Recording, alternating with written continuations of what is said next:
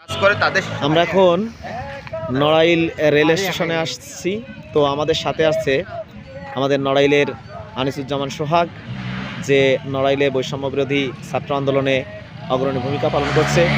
এছাড়াও তার একটা বড় পরিচয় হচ্ছে সে ভিপি নুরের দল অর্থাৎ গণ অধিকার পরিষদের নড়াইল জেলার ছাত্র অধিকার পরিষদের বর্তমান সভাপতি।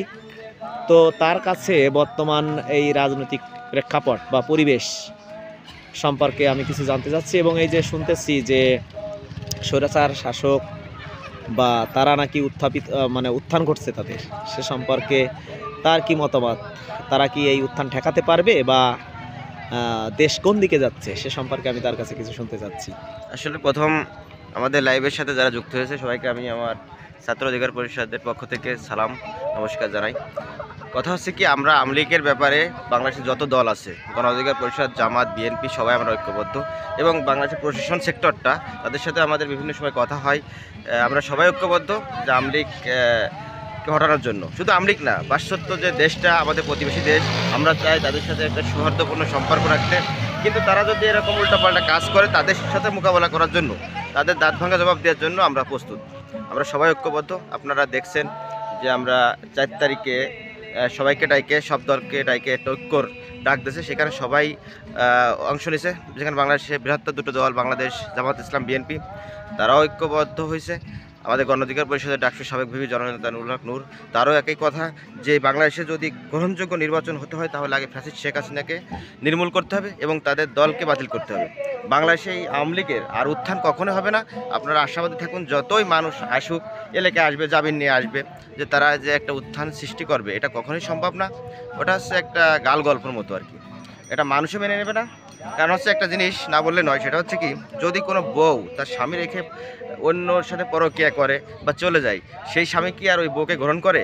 সেরকম বাংলাদেশের জনগণ থেকে শেখ হাসিনা বিচ্ছিন্ন হয়েছে, জনগণকে রেখে সে পালায় চলে গেছে। এই জন্য এই জনগণ সিদ্ধান্ত নিয়েছে যে তাকে আর সদরে গ্রহণ করবে না, এবং সে আসার হিম্মতও রাখে না। কারণ এই দেশ শেষ করেছে, নির্বাচন সেক্টর শেষ করছে, জনগণের অধিকার শেষ করছে, সকল কিছু শেষ করছে।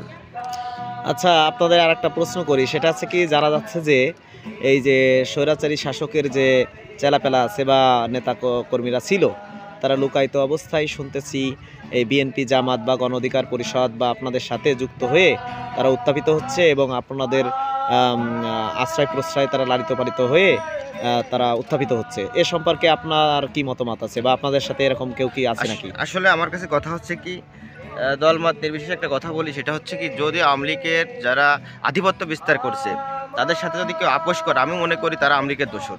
কারণ হচ্ছে কি, আওয়ামী লীগের যারা আধিপত্য বিস্তার করছে, এই নড়াইলে কারা করছে আপনারা সবাই জানেন, আমি নাম বলবো না, সবাই জানে। তাদের সাথে যদি গোপনে কেউ আতায়াত করে, বিভিন্ন জায়গায় বাগান বাড়ি, বিভিন্ন এলাকায়, বিভিন্ন জায়গায় যায়, এগুলো কিন্তু গোপন থাকে না। একটা সময় দেখা যাবে কি, ওই আওয়ামী লীগের দোষরা যেরকম বিতাড়িত হয়ে গেছে, এইসব নেতারা কিন্তু বিতাড়িত হয়ে যাবে। যারা নির্যাতিত, যারা কারাবরণকারী, তারাই সামনে এগিয়ে চলে আসবে।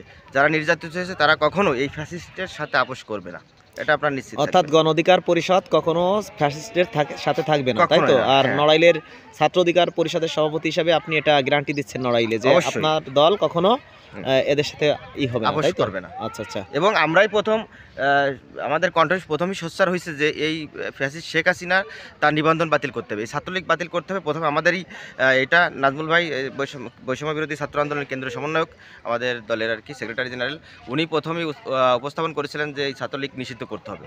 তারই ধারাবাহিকতায় ছাত্রলীগ নিষিদ্ধ হয়ে গেছে, এবং দেখবেন অতি শীঘ্রই বাংলাদেশের নির্বাচন ঘনিয়ে আসতেছে, তার ভিতরেই বাংলাদেশ আওয়ামী লীগও নিষিদ্ধ হবে ইনশাল্লাহ। ধন্যবাদ আপনার সাথে কথা বলে। আপনার দলের যে চিন্তাভাবনা এবং চেতনা এবং যে অর্থাৎ মনোবল, স্বৈরাচার বিরোধী মনোবল, অর্থাৎ আপনারাও স্বৈরাচারী নন এবং আপনারাও স্বৈরাচারীদের প্রশ্রয় দেন না। আরেকটা কথা, বাংলাদেশের মানুষ দেখেন আসলে নতুন প্রজন্মকে চাচ্ছে। মানুষ বিভিন্ন ইউনিটকে দেখছে, বিএনপি দেখছে, আওয়ামী লীগ দেখছে, মানুষ এখন নতুনত্বকে চাচ্ছে।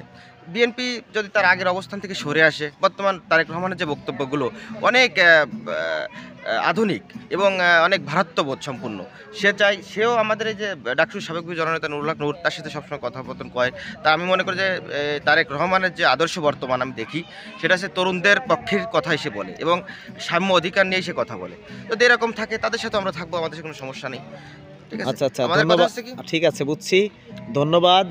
আপনি ভালো থাকবেন। আপনি আপনার নেতাকর্মীদের এই দিকে সচেতন করবেন। আবার কথা হবে আপনার সাথে। আজ ভালো এ থাকেন, সুস্থ পর্যন্ত। থাকেন, সেই দোয়া করি।